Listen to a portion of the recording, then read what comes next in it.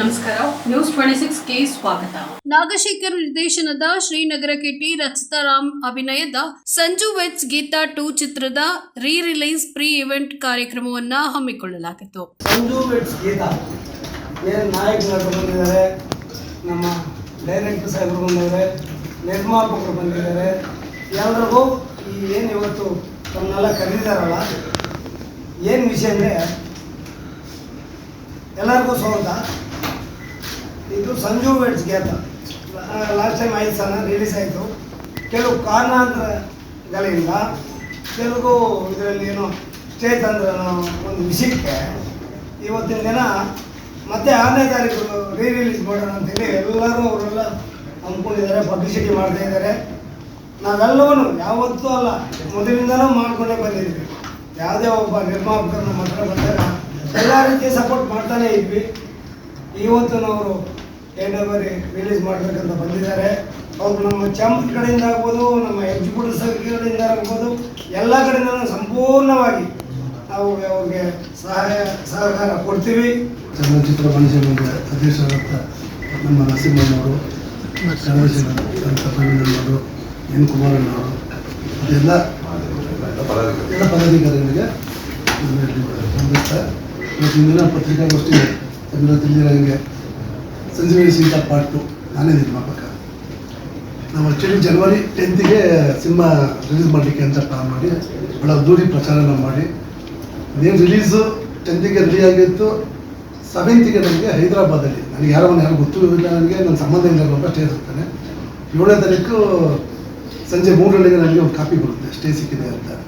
ಅದೇನಂತ ನಾಯಕರು ವಿಚಾರಿಸಿದಾಗ ಅದರ ವಿಚಾರ ಇಮ್ಮಿಡಿಯೇಟಾಗಿ ನಾವು ಇಲ್ಲಿಂದ ಹೈದರಾಬಾದ್ ಹೋಗ್ತೀವಿ. ಸ್ಟೇ ವೆಕೇಟ್ ಮಾಡಿಸೋಷ್ಟಕ್ಕೆಲ್ಲ ಆಲ್ಮೋಸ್ಟ್ 11th ಆಗುತ್ತೆ. ಆವಾಗ ಸ್ಟೇ ವೆಕೇಟ್ ಆಗುತ್ತೆ. ನಾನೇ ನಮ್ಮ ಸುಮಾರು 4 ಕೋಟಿ ಕೊಟ್ಟು ಪ್ರಾಪರ್ಟಿನ ಖರ್ಚು ಮಾಡಿಬಿಟ್ಟು ಸ್ಟೇ ವೆಕೇಟ್ ಮಾಡಿಸ್ತೀನಿ.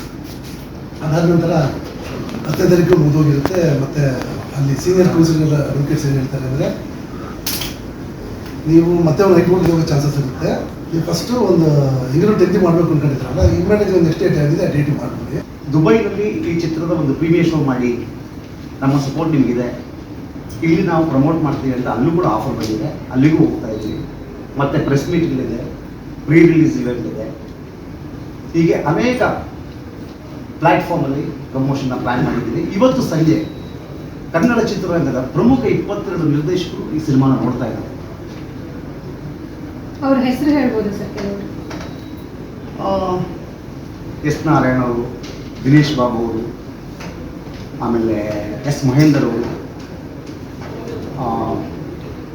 ಡೈರೆಕ್ಟರ್ ಆರ್ ಚಂದ್ರು ಅವರು, ಸಾಕಷ್ಟು ಜನ ಇದ್ದಾರೆ. ಎ ಪಿ ಅರ್ಜುನ್, ಭಾಳಷ್ಟು ಜನ ನಿರ್ದೇಶಕರು, 22 ಜನ ನಿರ್ದೇಶಕರು ನೋಡ್ತಾ ಇದ್ದಾರೆ.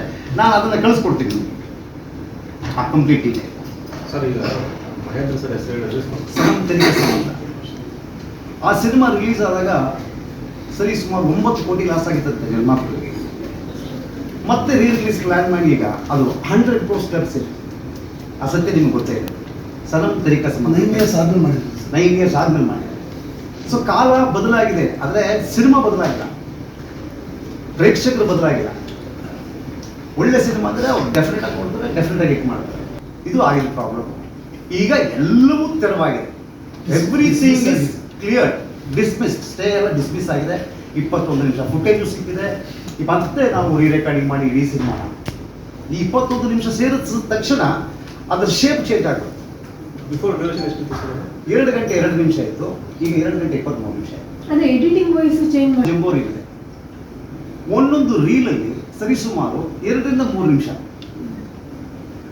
ಅದೆಲ್ಲ ಇನ್ ಬಿಟ್ವೀನ್ ಸೀನ್ಸ್, ಅದು CG ಇತ್ತು. ಸೊ ಅದನ್ನು ಆ ರೀಲ್ಗೆ ಇನ್ಸರ್ಟ್ ಮಾಡಿದ ತಕ್ಷಣ ಎಲ್ಲ ಫುಟೇಜು ಚೇಂಜ್ ಆಗ್ಬಿಡುತ್ತೆ.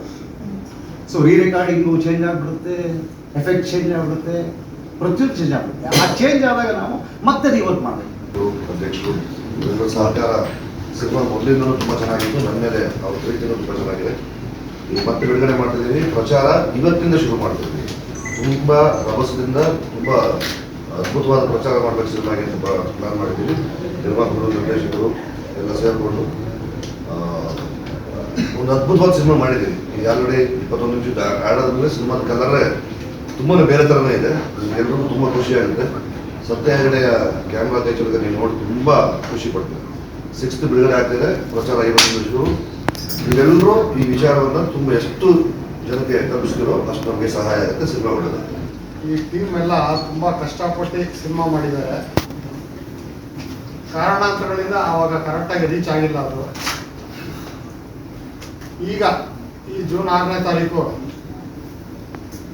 6 ಒಳ್ಳೆ ಲಕ್ಕಿ ಡೇಟ್ ಅದು ಸಿನಿಮಾಗೆ, ಶುಕ್ರ. ಇದಕ್ಕೆ ಹಿಂದ್ಗಡೆ ನಿರ್ದೇಶನಗಳು ಸುಮಾರು ಇದೆ. ನಮ್ಮ ಕರಿಯಾ ಪಿಕ್ಚರ್ ಹಂಗೆ ಫಸ್ಟ್ ರಜಸ್ ಅವರು ರಿಲೀಸ್ ಮಾಡಿದ್ರು, ಸುಮಾರು ಆಗೋಯ್ತು. ಇಕ್ಬಾಲ್ ತಗೊಂಡ್ಬಿಟ್ಟು 25 ವಾರ ಹೋಯ್ತು. ಮೆರಾನಾಮ್ ಜೋಕರ್ ಅಂತ ಒಂದು picture Raj Kapoor studio ಮುಚ್ಚಬೇಕಾಗಿತ್ತು. First ರನ್ನಲ್ಲಿ, second ರನ್ನಲ್ಲಿ ಅದು ಫುಲ್ಲು ತಿರ್ಗಾ 100 ಎಕರೆ ಆಡ್ ಮಾಡ್ಕೊಂಬಿಟ್ರು ಆ ಕಾಲದಲ್ಲಿ. ಈ ಥರ ಈ ಚಿತ್ರರಂಗ ಈ ಸಿನಿಮಾನು ಒಂದು ಫ್ರೆಂಡ್ ಆಗಿ ನಮ್ಮ ನಾಗಶೇಖರ್ ಅವರು ಶ್ರಮ ನೋಡ್ತಾ ಇದ್ರೆ ಅದು ಅವತ್ತಿಂದ ಅವರು ಇದಾಗಿತ್ತು ಟುಡೇ ಅಪ್ಡೇಟ್ಸ್. ಇನ್ನಷ್ಟು ಸುದ್ದಿಗಾಗಿ ನೋಡ್ತಾ ಇರಿ ನ್ಯೂಸ್ 26 ಕನ್ನಡ. ನಾವು ನಿಮ್ಮೊಂದಿಗೆ.